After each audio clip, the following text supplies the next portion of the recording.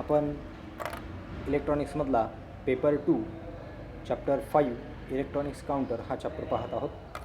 त्यामध्ये आपण आत्तापर्यंत फ्लिपफ्लॉप पाहिलेला आहे. फ्लिपफ्लॉपचे 5 प्रकार आहेत. RS फ्लिपफ्लॉप, त्यानंतर D फ्लिपफ्लॉप, त्यानंतर JK फ्लिपफ्लॉप, T फ्लिपफ्लॉप आणि मास्टर स्लेव्ह JK फ्लिपफ्लॉप. ते MS फ्लिपफ्लॉप म्हटलेले, मास्टर स्लेव्ह JK फ्लिपफ्लॉप त्याचं नाव आहे. हे सगळे फ्लिपफ्लॉप्स आपण पाहिलेले आहेत रेग्युलर लेक्चरमध्ये.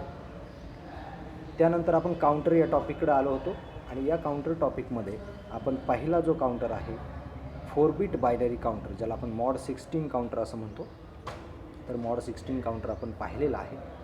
त्यानंतर आपल्याला पाहायचा आहे तो डिकेड काउंटर, रिंग काउंटर आणि अपडाऊन काउंटर.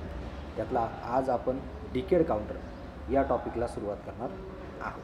आता सगळ्यात पहिल्यांदा डिकेड काउंटर म्हणजे काय, तर डिकेड म्हणजे काय तर 10. आपण दशक म्हणतो, बरोबर. लॉंग्स, डिकेड्स, ॲगो वगैरे असं आपण शब्द ऐकलेले आहेत. तर डिकेड्स या शब्दाचा अर्थ काय होतो तर 10, म्हणून आपण इथे मॉड 10 असं म्हटलेलं आहे. जसं की 4 बिट बायनरी. 4 बिट बायनरी म्हणजे काय तर 0 0 0 0 4 टाइम्स 0 टू 4 टाइम्स 1, म्हणजे आपण 0पासून तर 15पर्यंत आपण जातो इन डेसिमलमध्ये. जर बायनरीमध्ये बघितलं तर 0 0 0 म्हणजे 4 टाइम्स 0पासून तर 4 टाइम्स 1पर्यंत आपण ते काउंटिंग करू शकतो, बरोबर. म्हणजे टोटल्स काउंट किती झाले 0 टू 15. टोटल जर काउंट बघितले आपण तर 16 काउंट्स होतात. म्हणजे मॉड्युलस ऑफ त्याचा जो काय मॉड्युलस आहे तो आहे 16, म्हणून त्याला मॉड 16 किंवा 4 बिट बायनरी काउंटर असं म्हटलं जातं. आत्ता जे आपण बघितलेलं आहे डिकेड काउंटर. आता डिकेड काउंटर म्हणजे काय तर कुठपासून कुठपर्यंत हा काउंटर काउंटिंग करणार आहे तर तो काउंटिंग करणार आहे 0 टू 9. म्हणजे त्याचं फर्स्ट काउंटिंग असणार आहे 0 आणि लास्ट काउंटिंग असणार आहे 9. जर त्याला 10 काउंट करायचं असेल, 10 काउंट करायचं असेल तर तो काउंट करू शकत नाही. ज्यावेळेस तो 0 टू 9 करेल, ज्यावेळेस 9 ही संख्या येईल, 0 1 2 3 4 6 7 8 9पर्यंत तो येईल आणि पुन्हा 9 झाल्याच्या नंतर तो कुठं येईल, पुन्हा 0 पाशी येईल. म्हणजे मॅक्झिमम काउंट कुठपर्यंत करू शकतो तो 9 काउंटपर्यंत करू शकतो. 0 टू 9 टोटल काउंट्स किती झाले 10, आणि म्हणून या काउंटरला म्हटलं जातं डिकेड काउंटर. ही पहिली गोष्ट. आता आपल्याला याचं कन्स्ट्रक्शन बनवायचं. आता आपल्याला माहिती आहे काउंटर आपण कशाने बनवतो तर काउंटर आपण फ्लिपफ्लॉप्सने बनवत असतो. मग काउंटर आपण जर फ्लिपफ्लॉपने बनवतो आहे तर 10 मॉड्युलस किंवा मॉड 10 काउंटर जर बनवायचं असेल आपल्याला किंवा डिकेड काउंटर जर बनवायचं असेल तर किती फ्लिपफ्लॉप्स यूज करायला लागतील तर त्यासाठी फॉर्म्युला आहे 2n = n. ठीक आहे. आता इथे मॉड्युलस किती आहे 10 आहे, म्हणजे mची व्हॅल्यू म्हणजे मॉड्युलस, आणि n म्हणजे काय number of flip-flop, number of flip-flop, आणि इथे m म्हणजे काय मॉड्युलस ऑफ काउंटर. किती आहे मॉड्युलस ऑफ काउंटर तर तो आहे 10. आणि आता 2 किती घेतल्याच्यानंतर, किती व्हॅल्यू घेतल्यानंतर त्याचा जो काही 2n ची जी व्हॅल्यू आहे ती किती घेतल्यानंतर आपल्याला 10पर्यंत आपण जाऊ शकतो. बघा फॉर एक्झाम्पल जर आपण घेतलं 2 तर आपण 4पर्यंत जाऊ शकतो. 2 तर आपण कुठपर्यंत जाऊ शकतो 8पर्यंत जाऊ शकतो. आणि म्हणजेच आपल्याला इथे या ठिकाणी 2 म्हणजे जे काही नंबर ऑफ फ्लिपफ्लॉप्स आहेत 3 वापरून चालेल का नाही, 2 वापरून चालेल का नाही, तर 2 म्हणजे टोटल 16 येतात. पण मात्र आपल्याला 8पेक्षा जास्त पाहिजे, 16पेक्षा कमी पाहिजे, म्हणजे आपण या ठिकाणी 4 ही संख्या. इथं 3.5 फ्लिपफ्लॉप तर वापरू नाही शकत आपण, 3 पॉईंट समथिंग फ्लिपफ्लॉप तर वापरू शकत नाही आपण. मग किती फ्लिपफ्लॉप्स वापरायचे तर आपल्याला 4 फ्लिपफ्लॉप्स वापरायचे आहे. 8पेक्षा जास्त असतील काउंट्स तर 100% किती फ्लिपफ्लॉप्स वापरायचे 4 फ्लिपफ्लॉप्स वापरायचे आहे. मग त्याचं कन्स्ट्रक्शन कसं होईल तर नेक्स्टमध्ये बघा या पद्धतीने त्याचं कन्स्ट्रक्शन आहे. या ठिकाणी तुम्ही बघा 4 फ्लिपफ्लॉप्स वापरलेले आहेत. मी फॉर एक्झाम्पल त्याला नावं देतो. हा आहे A फ्लिपफ्लॉप, हा B फ्लिपफ्लॉप, हा C फ्लिपफ्लॉप आणि हा D फ्लिपफ्लॉप. अशा आपण फॉर एक्झाम्पल पकडलं की 4 फ्लिपफ्लॉप्स आपण वापरले. या ठिकाणी तुम्ही 4 JK फ्लिपफ्लॉप्स वापरलेले आहेत आणि हे JK फ्लिपफ्लॉप्स तुम्ही टॉगल स्टेटमध्ये वापरलेले आहेत. आता टॉगल स्टेट म्हणजे काय की ज्या JK फ्लिपफ्लॉपचा J आणि K हे जे 2 इनपुट्स आहेत, हा J आणि K प्रत्येकाचा बघा JK तुम्ही काय केलेलं आहे J आणि K एकत्रितरित्या प्लस VCCला म्हणजे काय लॉजिक 1ला जोडलेला आहे. आणि JK फ्लिपफ्लॉपचा J आणि K दोघांना ज्यावेळेस 1 हे इनपुट भेटतं त्यावेळेस तो टॉगल स्टेटमध्ये जातो. टॉगल स्टेट म्हणजे काय तर टॉगल स्टेट म्हणजे काय पुन्हा एकदा रिव्हिजन करूयात.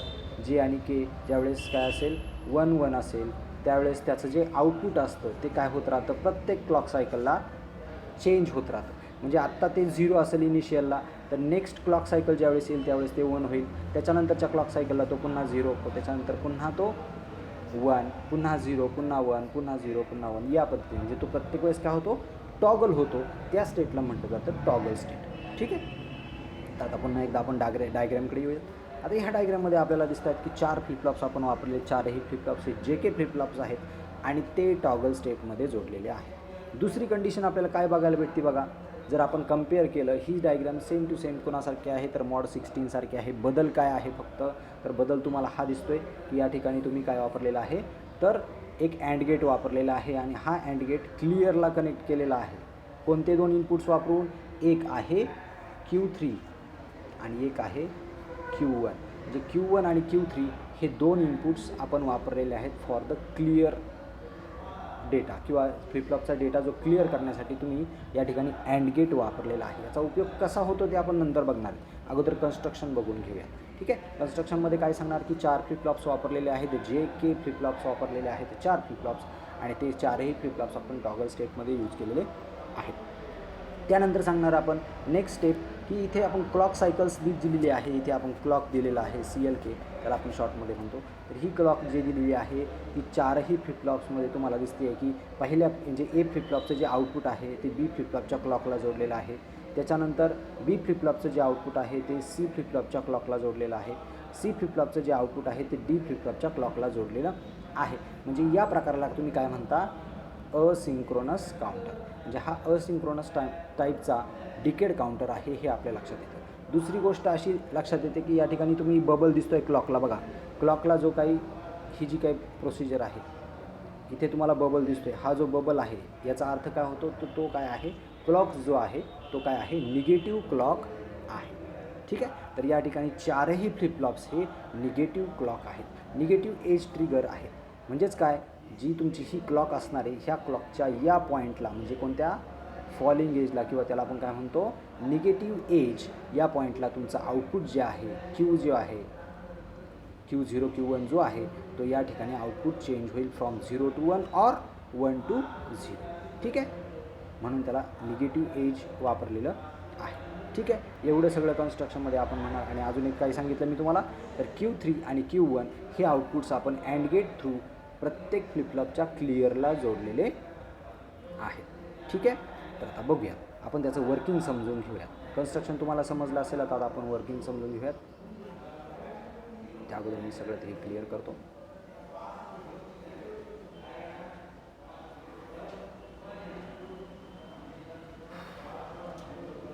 ठीक आहे. चला लक्ष द्या. आता ही डायग्रॅम तुम्हाला समजली असेल.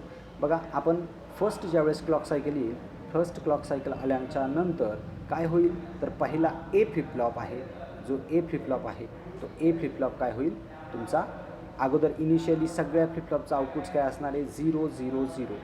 ठीक आहे. याचा आउटपुट असणार आहे 0, याचा आउटपुट 0, याचंही 0 आणि डीचं सुद्धा 0. 4ही फ्लिपफ्लॉपचा आउटपुट असणार आहे 0 0 0. त्यानंतर ज्यावेळेस पहिल्यांदा या फ्लिपफ्लॉपला क्लॉक येईल, क्लॉक आल्याच्या नंतर ही जी काही क्लॉक येईल, ह्या क्लॉक आल्याच्या नंतर त्याच्या निगेटिव्ह पॉईंटला कोणाचं आउटपुट चेंज होईल, फक्त आणि फक्त Q0 म्हणजे फ्लिपफ्लॉप नंबर 1 त्या ठिकाणी डायग्राममध्ये दिसतो ए फ्लिपफ्लॉप.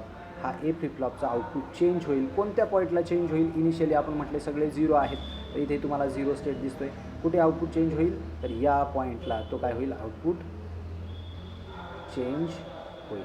या ठिकाणी तुमचं 0 होतं, त्याचं आता काय झालं, 1 झालं. कारण 0चं 1 झालं, कारण का टॉगल आहे. फ्लिपफ्लॉप काय झाला, टॉगल आहे. 0 to 1, कारण टॉगल स्टेटमध्ये तो आहे. बरोबर. आता 0 to 1 कुठपर्यंत राहील हा 0 to 1, आता नेक्स्ट क्लॉक सायकल येईल तोपर्यंत. इथे पुन्हा एकदा क्लॉक सायकल चेंज होईल. ही झाली पहिली, ही झाली दुसरी.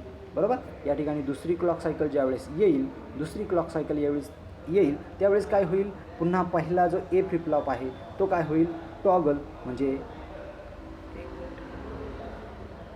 टॉगल होईल कुठे, दुसऱ्या क्लॉक सायकलच्या निगेटिव्ह पॉईंटला तो काय होईल, टॉगल होईल. टॉगल झाल्याच्या नंतर जो 1 होता त्याचं काय झालं, आता 0 झालेलं आहे. आता हा जो काही 0 झाला, बरोबर, हा 0 झाला.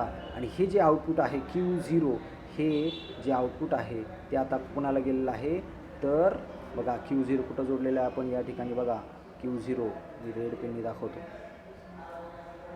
हा Q0 तुम्ही कुठं जोडलेला आहे तर बी फ्लिप फ्लॉपच्या क्लॉकला जोडलेला आहे आणि या क्लॉकला जोडल्यामुळे आता मात्र बी फ्लिप फ्लॉपला 0 भेटलं. अगोदर 1 होतं, 1कडनं 0कडं आलं म्हणजे काय भेटलं निगेटिव्ह एज ट्रिगर भेटलेली आहे. आणि ही निगेटिव्ह एज ट्रिगर भेटल्याच्यानंतर या ठिकाणी तुमचा Q1 काय आउटपुट देईल 1 आउटपुट देईल कुठपर्यंत नेक्स्ट क्लॉक सायकल येतपर्यंत. बरोबर, म्हणजे आपले पहिली क्लॉक सायकलला आउटपुट अगोदर इनिशियली आउटपुट काय होतं तर 0 0 0 0 म्हणजे आपण इथे आहे Q3, इथे आहे Q2, इथे आहे Q1 आणि इथे आहे Q0. तर Q0 इनिशियली आपण सगळे म्हटलेले की Q3 Q2 Q1 Q0 हे आहे 0 0 0. ज्यावेळेस पहिली क्लॉक सायकल आली, पहिली क्लॉक सायकल आल्याच्या नंतर तुमचं आउटपुट झालं 0 0 0 1. आपण ते वर्किंग पाहिलेलं आहे कोणत्या पद्धतीने आउटपुट आलेलं आहे ते टॉगल झाला पहिला फ्लिप फ्लॉप. नंतर दुसऱ्या क्लॉक सायकलला ज्यावेळेस ही जी दुसरी सायकल येईल त्यावेळेस तुमचं आउटपुट काय झालं Q0 हा झाला 0 आणि कोणाचं आउटपुट 1 आलं तर Q1चं. अशा पद्धतीने तुम्हाला 0 आउटपुट भेटलं, 1 आउटपुट भेटलं, 2 आउटपुट भेटलं. असं प्रत्येक सायकल्सला जर तुम्ही बघाल तर ज्यावेळेस 9th क्लॉक पल्स येईल, 9th क्लॉक पल्स येईल त्यावेळेस तुम्हाला आउटपुट भेटेल 9 आणि 9 क्लॉक पल्स भेटल्याच्या नंतर ज्यावेळेस 10th क्लॉक पल्स येईल, बरोबर, हे 9 क्लॉक पल्स भेटल्याच्यानंतर ज्यावेळेस 10th क्लॉक पल्स येईल, बघा इथे नीट लक्ष द्या, 10th क्लॉक ज्यावेळेस येईल 10वी क्लॉक येईल, 10वी आता 9वी क्लॉक आली तुम्हाला 9 भेटला, ज्या पद्धतीने तुम्हाला 1 क्लॉक आली 1 भेटला, 2 क्लॉक आली 2 भेटला, त्या पद्धतीने 9 क्लॉक ज्यावेळेस येईल त्यावेळेस तुमचं आउटपुट काय असेल Q0 Q1चं 1 0 0 1. आणि 10वी क्लॉक ज्यावेळेस आलेली आली की तुमचं आउटपुट काय होईल 1 0 1 0 1 0. या ठिकाणी बघा Q3 Q2 Q1 आणि Q0 यापैकी Q1 आणि Q0 हे 1 1 आहेत. आता डायग्रामकडे चला. इथे मी काय सांगितलं तुम्हाला 10व्या क्लॉक सायकलला काय झालं Q3 1 झाला आणि Q1 1 झाला. त्यानंतर काय होते बघा हे दोघे पण 1 झाले. आता या ठिकाणी आपल्या या जे काय आपण एक्सटर्नल सर्किट जोडलेलं आहे, कोणतं एक्सटर्नल सर्किट जोडलेलं आहे हा या ठिकाणी अँड गेट जोडला आहे. आपल्याला आउटपुट आपण काय म्हणतो डिकेड काउंटर म्हणजे 0 to 9 त्याने काउंट केलेला पाहिजे. 9च्या नंतर त्याने 10 काउंट नाही केला पाहिजे. काय काउंट झाला पाहिजे पुन्हा 0. हे पुन्हा 0 इकडे येण्यासाठी आपण काय केलं आहे तर इथे अँड गेट वापरलं आहे. हे नवीन कन्स्ट्रक्शन एक्स्ट्रा आपण एक्सटर्नल सर्किट आपण या ठिकाणी वापरलेलं आहे. तर बघा इथे Q3 1 झाला आणि इथे Q1 1 झाला. केव्हा 10व्या क्लॉक पल्स च्या जवळ किंवा 10व्या क्लॉक सायकलला त्यावेळेस तुमचा Q1 1 झाला, Q3 1 झाला. ज्यावेळेस अँड गेटला 1 1 असं इनपुट येतं त्यावेळेस तो आउटपुट काय देतो 1. आणि या ठिकाणी बघा clear clear clear clear output काय झालं ह्या अँड गेटचं आउटपुट 1 झाल्यामुळं सगळे क्लिअर्स होतील फ्लिप फ्लॉप्स आणि सगळे फ्लिप फ्लॉप्स क्लिअर झाल्यामुळं तुमच्या 10व्या क्लॉक पल्सला आउटपुट 10 येणार नाही. काय आउटपुट येईल 0 0 0 0. ठीक आहे, इथे तुम्हाला समजलं का आउटपुट 0 0 आलं कारण आपण Q3 आणि Q1 हे दोन इनपुट्स अँड गेटला जोडलेले आहेत आणि अँड गेटला जोडल्यामुळं